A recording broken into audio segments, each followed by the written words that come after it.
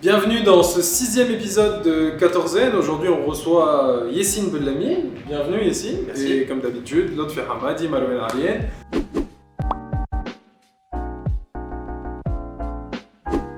Yassine Bellamy, ancien rédacteur en chef du HuffPost. Tout à fait. Et désormais, tu es responsable digital à GoMyCode. Digital à GoMyCode, responsable. Je suis Responsable de tout. Je suis press manager Ouais.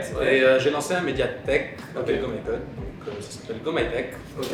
Et c'est un média de niche qui est vraiment destiné à vulgariser la tech pour les Tunisiens. Donc tu passes de vulgarisateur des discours politiques, parce que HuffPost c'est très politisé, Entre autres. et vulgarisateur des technologies, toujours passionné par l'écriture, toujours en charge des articles et des blogs. Tout à fait. Je m'occupe d'une équipe de rédaction, donc on a quelques journalistes qui travaillent pour nous, on a des freelance aussi. Ok, Et voilà, c'est moi qui m'occupe vraiment de la ligne éditoriale du média. d'accord. Et est-ce que tu te retrouves dans GoMyCode ce que tu avais auparavant peut-être dans l'HuffPost, qui est un média assez énorme, assez généraliste, présent partout. Là c'est plus niche comme tu l'as dit. Ouais. Est-ce que tu trouves les mêmes automatismes ou c'est différent? C'est totalement différent, c'est autre chose. C'est totalement autre chose. Il faut comprendre déjà que le HuffPost, c'est un média, donc, comme tu disais, généraliste, donc ça parlait de politique, économie, sport, culture, enfin on avait beaucoup de rubriques. Donc c'était aussi des profils totalement différents que je gérais, donc des journalistes qui avaient des backgrounds, des histoires différentes et des points forts qui étaient différents. Et là, tout d'un coup, je me retrouve à gérer une petite équipe, vraiment toute petite, qui est plus portée sur la tech, pour le coup, donc qui n'a pas vraiment un réflexe de journaliste à la base. Ouais. Donc il a fallu leur apprendre un petit peu tout ça. Donc voilà, mais ça se met petit à petit en place. C'est plutôt pas mal, je suis plutôt content du résultat pour l'instant. Surtout qu'un média de niche, il faut comprendre que ça n'a pas la même force d'impact qu'un média international. Le HuffPost est le seul pure player international présent en Tunisie. Mais voilà, donc c'est un défi qui est assez challengeant. Et en termes de business model, vous visez, enfin c'est un média qui va reposer sur des pubs. Alors pour l'instant c'est financé entièrement par GoMyCode, donc on s'autofinance nous-mêmes. D'ailleurs on en profite aussi pour faire un petit peu notre publicité à nous à GoMyCode. Et en fait on est en train de réfléchir à la longue ce qu'on pourrait faire. Ça pourrait aller vers un modèle commercial parce qu'il y a des demandes. Aujourd'hui des annonceurs nous appellent pour placer soit leur publicité soit du contenu. Donc on est en train d'avoir cette réflexion-là. Est-ce qu'on va vers ce modèle-là ou est-ce qu'on continue à s'autofinancer pour avoir plus de liberté finalement? Oui, donc vous êtes très axé sur le digital. Vous pourriez par exemple sponsoriser des émissions qui passent une fois par semaine sur le digital par exemple. Ça serait dans votre ligne éditoriale. Oui, pourquoi pas, c'est à réfléchir. Après on fait une petite réunion. En plus, le col la chaîne de Téléphonec. Oui, absolument. On est en plein dedans. En plus, voilà. surtout avant les émissions, si on prend des rushs de l'autre avant les émissions, c'est de la pub énorme pour la tech. Mais non, sérieusement, moi ce que je trouve que la trajectoire est assez originale. Enfin, rédacteur en chef d'un journal comme le HuffPost, tu peux viser après des postes qui sont beaucoup plus important dans les médias, c'est-à-dire que tu aurais pu soit t'exporter à l'étranger, aller peut-être dans des rédactions internationales, rester dans le même domaine, aller dans des rédactions tunisiennes. J'imagine qu'il y en a plein qui doivent s'intéresser à ton profil. Et toi, tu as fait ce choix assez audacieux d'aller dans une niche, comme tu l'as dit. Bon, déjà, il faut savoir s'il y avait opportunité ou pas. Alors, il y a eu des propositions, il y a eu beaucoup de propositions. Des Un chaînes petit peu, télé, il y a eu 2 chaînes télé privées, pour le coup, Ok. donc on voit c'est qui. Et j'ai eu une proposition à la radio. Et en parallèle, j'ai eu beaucoup d'investisseurs, entre guillemets, que ce soit de Tunisie ou d'étrangers, qui proposaient de lancer un média tunisien un peu dans le format du HuffPost. Il y a eu des discussions, on a discuté. Bon, à chaque fois, c'était pas le moment pour des raisons diverses et variées. Et je me suis dit, en fait, moi, ce qui m'intéresse, c'est le challenge. C'est vraiment le challenge, et c'est d'avoir une marge de liberté. Dans tous ces projets-là où on m'a appelé, j'avais pas 100% la liberté de pouvoir tout gérer moi. Je suis quelqu'un je pense que la communication, ce n'est pas, on la fait pas d'une façon, même les médias, les médias, c'est une forme de communication. On fait pas ça d'une façon un petit peu m'en foutiste, ou voilà, je te donne de l'argent, vas-y, fais. Non, il y a toute une stratégie à avoir, toute une réflexion à avoir. Est-ce que cette marge de liberté, c'est une continuité du HuffPost ou une conséquence du HuffPost? Est-ce que c'est parce qu'au HuffPost, tu as eu tu as eu des soucis de liberté et que maintenant tu en veux plus? Pas du tout. Au contraire, en fait, c'est parce que j'ai travaillé avec plusieurs médias. Je travaillais sur chroniqueur dans une émission sur IFM avant.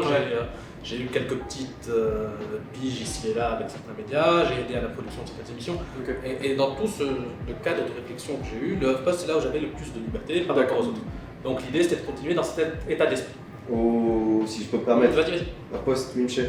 Ça a fermé en octobre 2019 pour des raisons.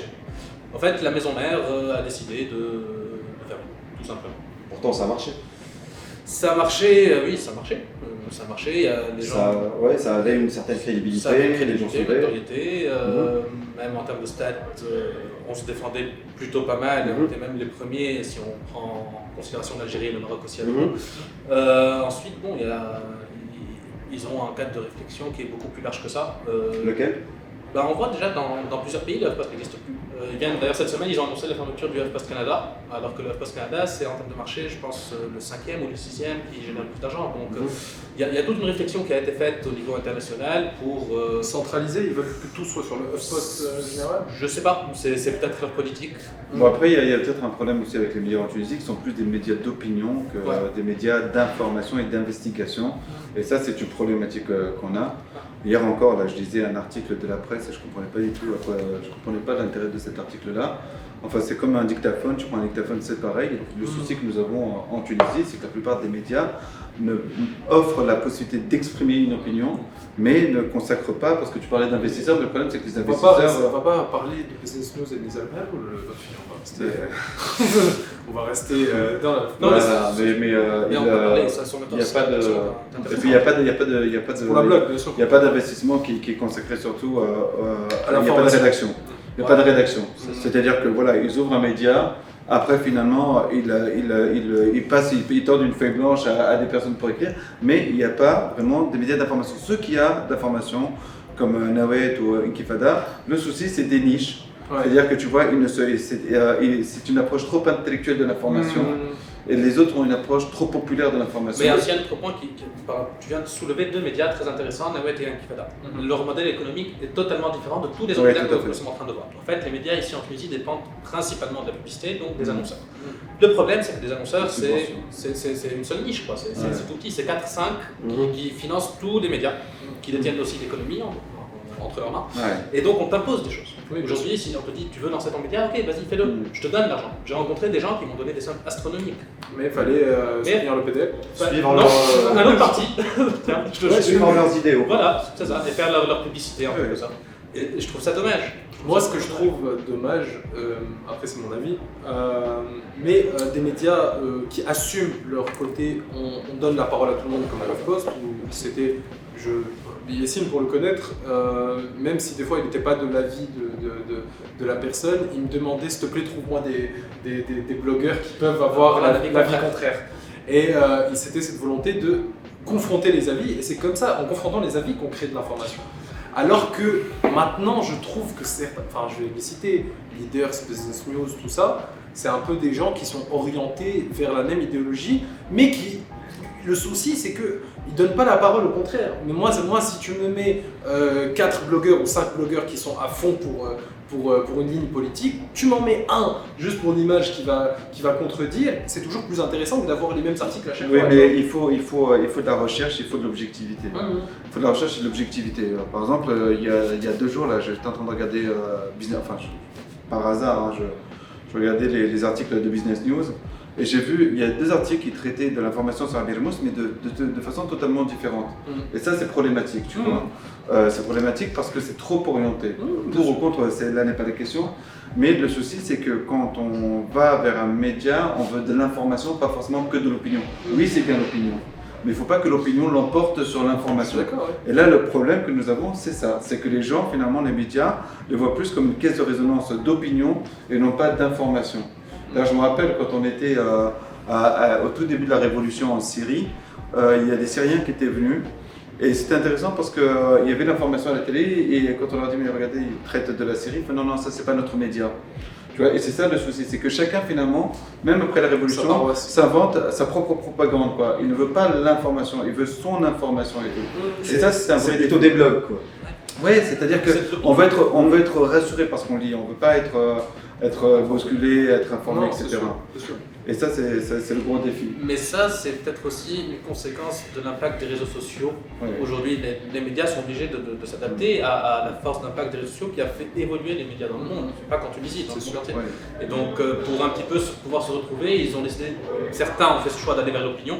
Je trouve ça totalement bête, entièrement dans l'opinion. Et finalement, celui qui a le plus perdu dans tout ça, ce sont les médias eux-mêmes. Oui, tout à fait. C'est vrai.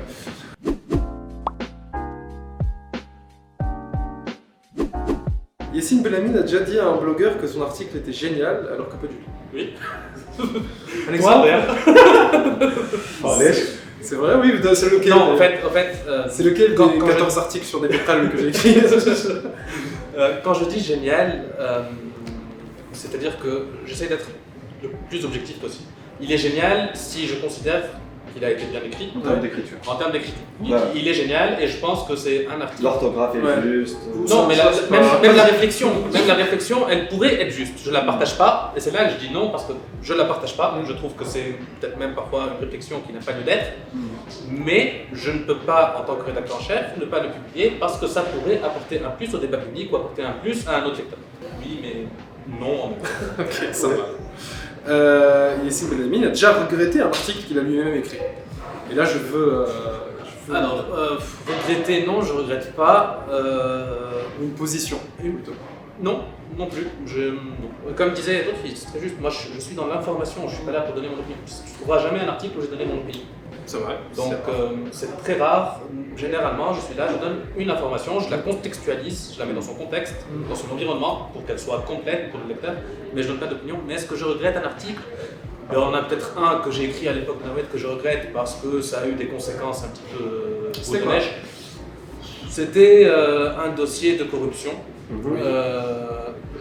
Je venais à peine de recevoir le dossier, je n'avais pas encore commencé à travailler dessus, que je ne sais pas par quel miracle, les gens m'ont entendu parler, j'ai eu des menaces. Ouais.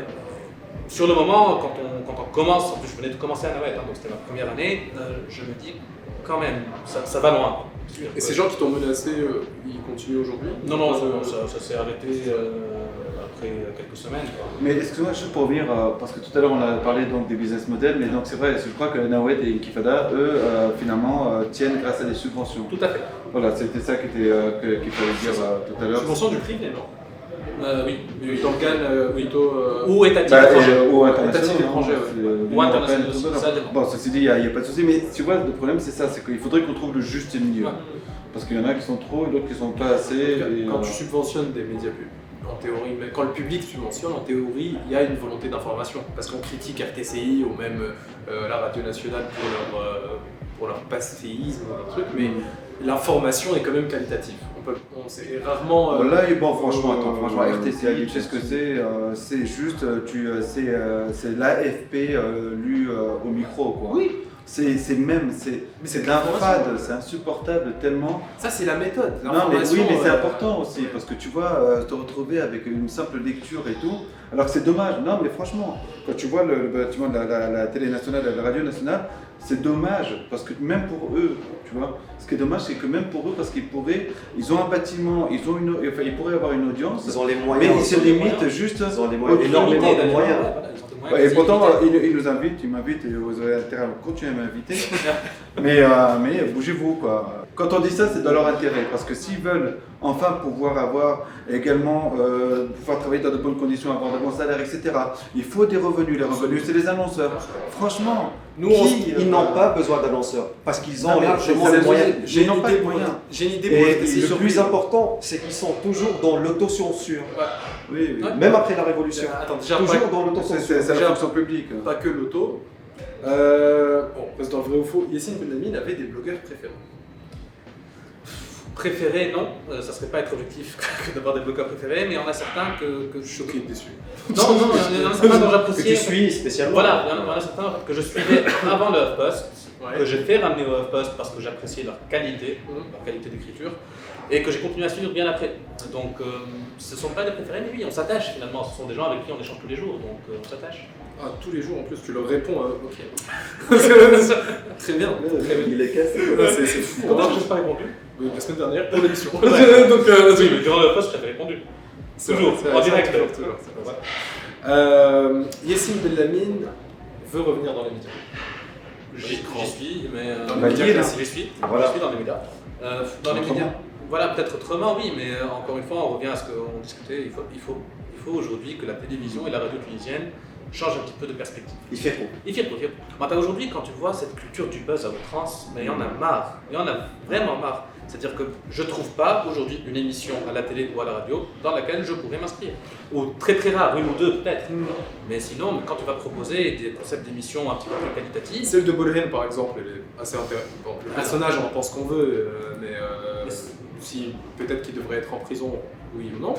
Mais le contenu qu'il alors, propose, j'aime bien. les deux contenus, que ce soit l'émission littéraire qu'il propose ou la nouvelle émission qu'il fait, elles sont pas mal du tout. Sincèrement, c'est quelque chose de nouveau et c'est bien. C'est très bien, c'est qualitatif. Ensuite, il y a les personnages. Les personnages aujourd'hui, personnellement, ça me dérangerait que mon image soit rattachée à la sienne, tu vois. Est-ce qu'elle est crédible ou pas? Est-ce qu'elle est crédible? Déjà. Est-ce qu'elle est crédible ou pas? Qu'on le veuille ou pas, c'est quelqu'un avant la Révolution, on sait tous le poste qu'il a occupé et on ne sait pas ce qui se cache derrière. En fait. C'est bien beau ce qu'il fait, mais on ne sait Et pas ce même qui se cache après, derrière. On bas dit s'est excusé, on bas dit l'a repris. Mais ce qui est dommage surtout, c'est on voit que tu es dans un pays qui est jeune et malgré ça, les mêmes on voit visages. toujours les mêmes gueules Ouais, dans c'est les ça. médias. Voilà. Et ça, c'est insupportable. C'est ça. Il faut dire que quand on voit aussi la qualité de certains journalistes, c'est une catastrophe. Et ça, il faudrait peut-être s'y intéresser parce que le journalisme qu'on a aujourd'hui est à l'image du journalisme d'avant la Révolution. Oui, Parce que de toute façon, l'Institut lui est resté à Oui, l'époque de c'est le l'avant même la mécanisme. Révolution. Non, est-ce que c'est un Mais, vieux un vrai journalisme ou pas? Enfin, Bacha amateurisme que journalisme. Oui, mais c'est ça, mais parce qu'il n'y a pas vraiment de formation. Moi, il y avait une amie. Il n'y a pas de fond derrière, il n'y a pas de Oula, travail derrière. Si tu critiques Lipsy, on est mort. Non, ceci, allez. Allez, il faut Dans leur faut intérêt. critiquer. Non, أنا j'assume j'assume totalement de critiquer l'IPSI aujourd'hui. أعطيني شكون اليوم journaliste خارج من l'IPSI. Un vrai, aujourd'hui, même dans la scène médiatique, Femme en aujourd'hui, route Behi, mais femme en Bacha route C'est Khalil, peu. les hommes qui occupent. Oui, mais ceux qui pas- sont bons parce que c'est des recherches et du travail qu'ils font Exactement, eux-mêmes. C'est pas la personnel. formation qu'ils ont. Voilà, bon, voilà. La Mais est-ce que formation vous, qu'ils quand ont, vous êtes en moelle, à la khatra tawa, c'est eux qui sont leur place. C'est eux qui sont leur leur place. C'est l'institut qui ne fait pas son boulot. Et les médias aussi, parce qu'encore une fois, quand tu vois que maintenant, aujourd'hui, on voit encore les mêmes gueules dans les médias, etc., alors qu'il y a des jeunes qui pourraient apporter un son neuf et tout. D'ailleurs, pour parler de ça, pour Go My Tech, moi je trouve ça très intéressant comme démarche, parce que déjà, il faut raconter quelque chose. C'est que Go My Tech vient de Go My Code. Et Go My Code, c'est une superbe aventure tunisienne, mais qui maintenant est internationale. Et c'est comment ils ont voulu vulgariser la technologie à travers le coding auprès de populations parfois qui n'avaient même pas accès à ça, c'est-à-dire même des Voilà, victimes. justement, on en parlait tout à l'heure, même c'est des victimes, très intéressant de même des vulgariser victimes, ça. même des victimes de la précarité, de la fracture numérique. Et ça, c'est très intéressant. Et par exemple, lui, Yahya, c'est quelqu'un que j'aime beaucoup. Yahya Boulel, pour saluer. C'est un des mecs, un des premiers qui m'a fait pleurer en Tunisie. Parce que quand on a lancé Walla Weekend, on avait donc un club technologique à l'internat de Maktab. Un des gars qui était avec nous, Kayan, pardon, était venu, il m'a dit écoute, viens visiter Go My Code. Et donc, à l'époque, c'était au lac à Kojit. Et j'y vais. Et à un moment donné, il y a un mec qui rentre, un jeune, Schlek Bosbor, skate, sac à dos. Et il me dit tiens, ça c'est le boss. Je fais quoi? Putain. Et ça m'a fait tellement plaisir déjà de voir un gamin, il était gamin à l'époque, il avait 18 ans à peine quoi. Il était déjà boss, entrepreneur, il avait des employés, etc. Et surtout, c'était un jeune qui avait compris que être patron, c'est pas singer les vieux, c'est être jeune quoi, tu vois, parce que souvent même les jeunes ici, quand ils veulent avoir des postes de responsabilité, il faut foutre une cravate et des trucs dans le genre, ils veulent singer les vieux. Alors que si on en est là, c'est à cause de ces vieux là, tu vois. Donc c'est vraiment top d'avoir un mec et vraiment je l'ai aimé dès ce jour-là, il m'a ému. Et j'ai trouvé ça magnifique, justement, des jeunes entrepreneurs comme ça, totalement Après cette décomplexés. déclaration, tu ne peux que venir, Yahya. Je suis désolé.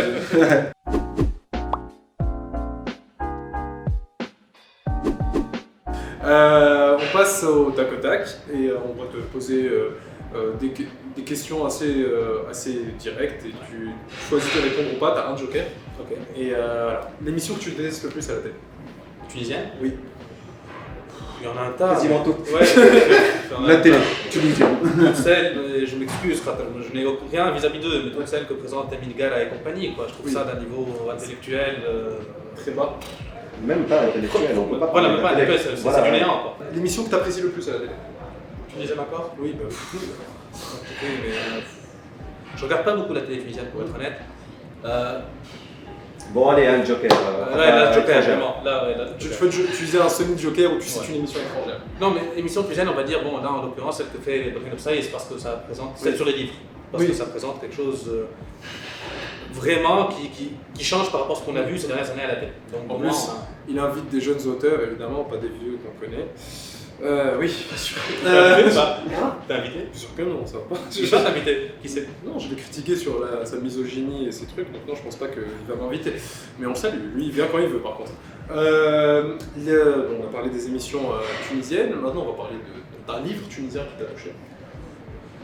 Je vais dire, bon, l'un des derniers que j'ai lu, c'est celui de Meher Kamoun sur la dérive des Husseinites. On peut dire que c'est un livre qui.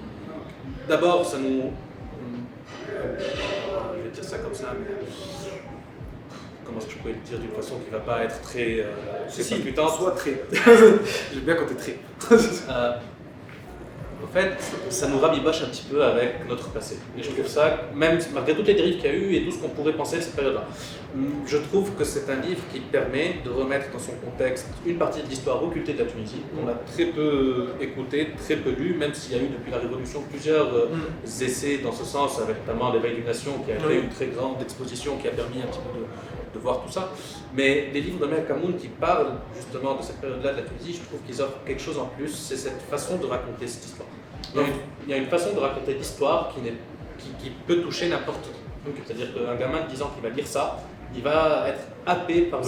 Parce que c'est romancé, c'est très romancé. C'est vulgarisé un peu, c'est vulgarisé, c'est accessible, c'est simple à comprendre, et c'est raconté d'une façon où c'est une histoire finalement, tu lis une histoire. Okay. Donc c'est très intéressant à lire. C'est une lecture de l'histoire. C'est une lecture de l'histoire, on va dire ça comme ça. Tout à fait. Un journal tunisien que tu apprécies lire? Papier, j'en lis plus beaucoup. On va dire que là récemment, à part Gomaitech Magazine, j'en lis pas beaucoup. Non, Jeune Afrique que je continue à lire de temps en temps parce que c'est très intéressant. Et c'est vrai. Ça ouvre une porte sur le continent que je trouve très intéressante parce qu'on n'a pas aujourd'hui ici en Tunisie de médias qui parlent d'Afrique. Oui, et c'est un problème aussi d'ailleurs parce que on est dans ce continent. Quelques contributeurs tunisiens aussi sont sympathiques. Bon, ils sont aussi d'ailleurs, tiens. L'autopromo, j'y crois pas, hein. C'est pour la blague. Pas du tout. Depuis tout à l'heure, tu fais que ça en fait. Ça arrive. Oh là là, l'accusation. Il oublie. N'importe quoi. C'est pas vrai. Je vous taquine. C'est juste pour le running gag. Ok, un film tunisien qui t'a marqué? Ça peut être récent, ça peut ne pas l'être. Tous les films où une Malouane a joué. Tiens, on fait dans l'autopromo, on continue. Non, plus sérieusement. Plus sérieusement, ça veut dire que t'es fait de la merde. Nous la rêve. Je vais te donner Oui, c'est vrai que j'ai beaucoup aimé aussi. Qu'est-ce que t'en as pensé toi? Je sais pas. À voir. C'est un film à voir. À voir, vraiment à voir. Et un livre. C'est celui qui se passe au Canada? C'est celui avec Prince Sabri. Non, c'est pas au Canada. Ah. Non, c'est pas au Canada, non, parce qu'au Canada, c'est en Syrie.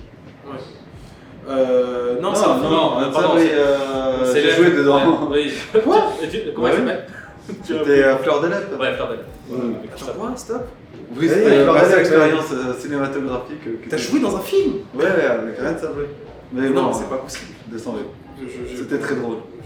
On regarde ça tout de suite.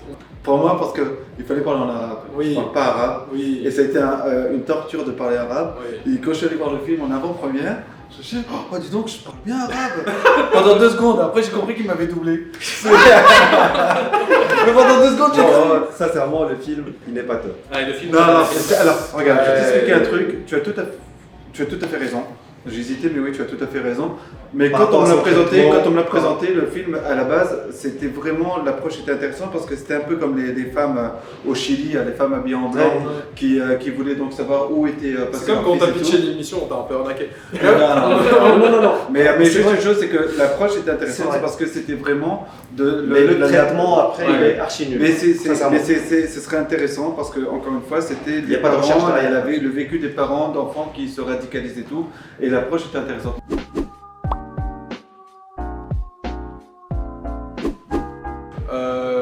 Dans cette rubrique, on va s'intéresser à un thème du coup, qui toi te caractérise, je trouve. Là, l'apogée des réseaux sociaux. Moi, on en parle souvent ensemble, mais c'est cool d'en parler dans l'émission. l'apogée des réseaux sociaux, ça a changé toute la dynamique des médias. C'est devenu interpersonnel, c'est devenu très sentimentalisé. Il y a quelque chose qui marche beaucoup de l'ordre de l'opinion. Et comment on peut faire de l'information dans ce contexte-là? Est-ce que l'information doit s'adapter en termes de format, doit être beaucoup plus courte, beaucoup plus rapide, etc. C'est ce qu'on pousse les gens à faire. En fait, les réseaux sociaux ont poussé les médias à aller vers des formats beaucoup plus courts, beaucoup plus rapides et dans l'instantanéité. Le problème, c'est qu'en allant dans tout ça, tu rentres dans un jeu qui est perdu d'avance. Tu es en concurrence face à ces réseaux sociaux où chacun peut être journaliste. Chaque citoyen aujourd'hui est journaliste. Et là, le média, il n'a plus de raison d'être dans ce sens, tu vois. Donc pour moi, un média, aujourd'hui, il doit se positionner d'une manière totalement différente. Il ne doit pas être dans l'instantanéité, mais il doit être dans la réflexion. Et c'est ce qui manque aujourd'hui. Je trouve que c'est ce qui manque. Mais si je peux me permettre, là, les médias qui se distinguent un peu, c'est justement ceux qui font des fact-checking. Parce que c'est ça aussi maintenant le rôle du média, tu as raison. Parce que surtout chez nous, finalement, l'information, elle vient de Facebook, c'est-à-dire les journaux électroniques vont chercher sur Facebook l'information, parfois ils pompent tout simplement le statut, ils ne s'emmerdent pas. Alors que c'est pas une source. Voilà. Et peut-être que le travail du média, c'est justement de se distinguer comme ça. Je me rappelais un de mes meilleurs souvenirs sur le HuffPost, c'était les débats présidentiels, la soirée chaque débat, où Yessine et moi, chaque soirée, je lui ai envoyé un article où j'évaluais la prestation, l'aspect informatif et toutes les conneries que faisaient les politiciens. À ce moment-là, les débats, c'était nouveau pour eux, donc il y avait des énormités qui étaient balancées. Saïd Malouane, Yessine, Youssef, Abdelazir Lahaït, et là, c'était exceptionnel. On salue. Non, c'était très sympa cette période-là, mais justement, l'opinion, pour moi j'adore le journalisme d'opinion. Je trouve qu'on arrive à de l'information quand il y a plusieurs opinions qui sont contre. L'opinion doit avoir sa place, on est entièrement d'accord là-dessus. Mais il ne faut pas, comme l'a dit Lotfi très justement, il ne faut pas que ça prenne la place la plus prépondérante. Oui, comme dans l'HuffPost, tu avais 2-3 blogs par jour. On avait 2 blogs par jour, à peu près, et on essayait de faire que ce soit 2 blogs qui soient totalement différents. Un qui parle de politique, l'autre de culture. Mais parce que pour moi, l'opinion et l'information, c'est 2 choses vraiment différentes. Moi, totalement différent. Parce que l'opinion, c'est une information qui est traitée, qui est orientée. Tu vois, elle est orientée. Et l'information, c'est censé être quelque chose d'objectif. Mais ça ne l'est jamais réellement. Oui, mais c'est censé être, tu vois. C'est censé être. Aujourd'hui, justement, maintenant que tu as du fact-checking et tout ça, c'est très intéressant. C'est comme ça. Même le fact-checking est orienté. Parce qu'En Marche, par exemple, ou n'importe quel parti politique en France, ils ont leur propre organe de fact-checking, mais qui est influencé parce qu'ils vont aller chercher le rapport du ministère de je sais pas quoi plutôt que le rapport d'Amnesty. Oui, mais là, parce que tu parles d'un parti politique, il y a des médias qui sont censés, eux, justement, aller chercher ça. L'IB, quand elle fait du fact-checking, elle ne fait pas de la même manière que par exemple, l'IB, quand elle fait du fact-checking sur Trump. Fact-checking, Trump n'a jamais déclaré de guerre. Elle dit, ah, pas vraiment. Par contre, de l'autre côté, quand le Figaro fait du fact-checking, tu dis, non, il n'a pas déclaré de guerre. Oui, mais dans le pas vraiment, il est là. Oui. Dès lors qu'il y a du pas vraiment, il y a de l'opinion. Et le pas vraiment factuel, il y a des choses, il y a des informations qui sont factuelles, quoi. Tu vois. Après ça, c'est aux gens de essayer de faire quelques recherches. Comme tu dis, il n'y a pas de démocratie parfaite, il n'y a pas d'information parfaite, mais on doit tendre vers ça et il faut se méfier de la dictature de l'opinion. Parce que le problème chez nous, surtout dans une culture qui est une culture verbale, où les gens pensent que parler c'est agir. Parler, avoir son opinion, doit être l'opinion générale. Tu vois, hier par exemple, quand on a publié nous le clip là, de Crescendo, la personne. Hier une personne a fait un commentaire, a dit oui, c'est en noir et blanc, c'est mélancolique. Je lui ai dit, madame, vous êtes en train de parler d'un sentiment, ce sentiment vous appartient. C'est pas parce que vous vivez comme ça que les gens le vivent comme ça. Et c'est ça la différence entre l'opinion et l'information pour moi, il ne faut pas confondre. Et tu as parlé de 2 médias, Libération et Figaro, ce sont des médias qui s'assument politiquement. Oui, bien sûr. Le problème ici en Tunisie, aucun média ne s'assume politiquement. C'est exactement ça que je veux. Moi j'aimerais bien que Business News sorte et dise j'aime le PDL. Voilà, j'aime le PDL. Oui, mais il ne peut pas le dire. Il ne peut pas le dire parce qu'aujourd'hui ils sont avec le PDL, mais demain ils seront avec le PDL. Il te le comprendre. Business News n'a pas le PDL, Business News va besoin de le dire carrément de la majorité. Mais il te le fait comprendre. C'est ça le problème. Ça fait partie de l'électeur. Beaucoup de chevauchements, mais c'est ça le problème, c'est la cohérence. Quand Libération assume que c'est un journal de gauche, il va rester au maximum, il va aller vers le centre, mais il ne fera pas un renversement à 180 degrés. La cohérence, ce serait d'aller sur Business News pour penser trouver quelque chose d'objectif, quoi, tu vois, et d'informatique. Non, c'est vrai. J'ai un ami qui a Business News, mais honnêtement, Franchement, c'est orienté. Donc, les gens, ils vont parce qu'ils veulent, c'est orienté, quoi, c'est tout. Ouais. Il n'y a pas quelqu'un de normalement constitué qui s'intéresse à de l'information objective, qui se dit tiens, je vais avoir une information qui va aller sur Business News ou sur tous les journaux électroniques. La vérité, tous les journaux électroniques, c'est la même truc, pour ne pas dire le mot, tous les journaux électroniques sont pareils, ils sont orientés et surtout certains. C'est de la merde. Franchement, non mais sérieux quoi, tu vois les titres, non, mais, parce que les titres ne veulent rien dire, l'orthographe ne veut rien dire, c'est catastrophique et ça il y en a marre de ça. Il y a quand même un média qui existe encore, et moi je suis choqué du fait que ce média existe encore, ça s'appelle Tunisie Focus. Alors c'est pas un média. Je sais que c'est pas désolé, c'est pas un média. Comment il s'appelle qui est derrière ça là? C'est un monsieur, un compte Facebook qui a un surnom bizarre. C'est un truc, mais ce truc-là, c'est censé être un média. Comment ça arrive un média? Mais ça se présente comme un média pour les gens. C'est tous pareil, oui, mais c'est ça, c'est que veut dire média en Le titre qu'il a écrit sur Salim Sabli. Mais attends, t'as pas connu El Massé. Je sais pas si tu as connu El Massé. El Massé, c'était un média qui appartenait à un homme politique qui existe, qui exerce encore. Il est en arrière-plan et qui exerce. Mais on peut citer son nom. Laisse tomber, on vaut mieux pas faire de problème et tu pourras l'inviter d'ailleurs un jour, il t'en parlera s'il a envie d'en parler. Mais il suffisait de voir les titres pour t'as envie de te flinguer quoi. C'est des insultes quoi. C'est des insultes dans le titre. Et ça se rendait. C'est droite, mais c'est pour ça. Il n'y a pas de gauche. Non, il n'y a pas de gauche en Tunisie. Parce que de toute façon, regarde, il n'y a pas de médias en Tunisie. Parce que tu ne peux pas avoir un média sans avoir une rédaction. Et tu n'as pas de médias en Tunisie qui ont une rédaction. Il n'y en a pas. C'est les médias ici reprennent des informations sur les réseaux sociaux, ou bien l'AFP, l'ATP, tout ce que tu veux, etc. Moi, je propose il la présente la facilité. Il n'y a pas de médias en Tunisie parce que les gens n'investissent pas là-dedans. Et ça, c'est la différence. Quoi. De un et de deux, pardon, juste pour ajouter quelque chose. Je fais un appel, je profite aussi pour faire un appel. J'allais faire un appel en plus après. Ça sera pas le même, je pense. Moi, je voudrais appeler l'État tunisien et les organismes de l'État, les ministères, Ils décrochent pas. Qui répondent. Non, mais attends, déjà, on enlève le fax, s'il vous plaît. Enlevons le fax. Quand on les appelle, envoie-nous un fax. Dans quel pays, on est au 21e siècle, on te demande d'envoyer un fax pour avoir une information? Oui. Et on n'a pas. En plus, le pire, c'est qu'on l'a pas. Alors, donc, s'il vous plaît, essayez juste de répondre aux journalistes qui vous appellent. Il y en a 3 ou 4 ou 5 qui font bien leur boulot, qui vous appellent pour ces réseaux. Aidez-les. Aidez-les, vraiment. Mais c'est parce qu'ils font bien leur boulot qu'ils ne répondent pas. C'est ça, c'est aussi ça. C'est aussi ça. Non, moi, c'est simple. Moi, je voulais parler de Go My Code et je suis pas en train de vous inciter à sponsoriser tout le monde, hein, mais je dis juste que là, en ce moment, je trouve que les formats comme Webedia en France ou les plateformes digitales qui encouragent les initiatives digitales, en Tunisie, ça serait le meilleur moyen de contrecarrer les médias classiques. C'est-à-dire que si on avait un organe de centralisation qui pouvait même, c'est ce que essaie de faire l'autre fille à son échelle administrative, substituer à l'État, de voir que l'État ne fait pas et dire bah, nous on va faire. Et dans l'information, je pense que ça serait cool d'avoir des supports qui peuvent, où on peut s'exprimer, où on peut soutenir les formats digitaux. Je pense pas qu'à Tikevich, je pense au format de FML Maki, je pense à Alert, je pense à tous ces podcasts là maintenant qui existent, toutes ces émissions, et qui pourraient enrichir vraiment le débat. Ouais.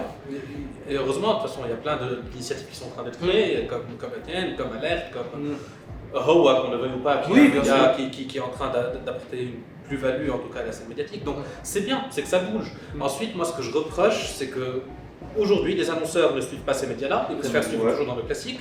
Je reproche à l'État tunisien de ne pas aider ces médias-là aussi, parce que c'est le rôle de l'État aujourd'hui de soutenir cet écosystème qui est en train de prendre de la valeur un petit peu et d'essayer de faire élever le débat et faire élever le niveau. Et c'est là tout le problème en fait. Ces médias c'est bien, mais combien de temps est-ce qu'ils vont vivre? C'est là la question. Mais tu vois, ça c'est exactement ça. C'est sûrement là que parce que c'est que pour avoir des annonceurs, il faut avoir une audience. Pour avoir une audience, il faut un travail qualitatif. Et c'est souvent le souci, c'est que tu as plein de médias qui se lancent. Au début, tu vois, ils sont emportés par la fougue, etc. Et après, ça commence à se tasser et on reste juste dans de l'opinion. Et l'annonceur, lui, il ne va pas aller sur un média finalement qui ne partage que des opinions. Et c'est pour ça que, encore une fois, tout dépend du rédactionnel. Faudrait que tu me présentes les annonceurs que tu connaisses. Comment? Faudrait que tu me présentes les annonceurs que tu connais.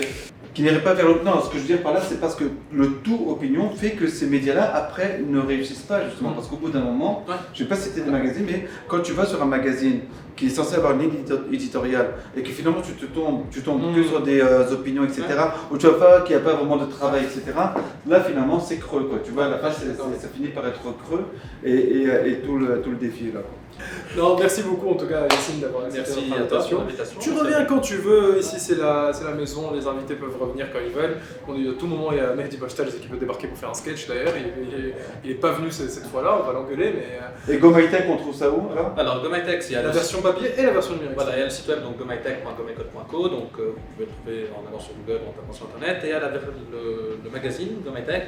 Donc on a lancé le premier numéro qui est disponible dans le Hackerspace. Donc là on est à Cogite, on a déménagé d'ailleurs, on est revenu à Cogite. Donc vous pouvez bon ouais.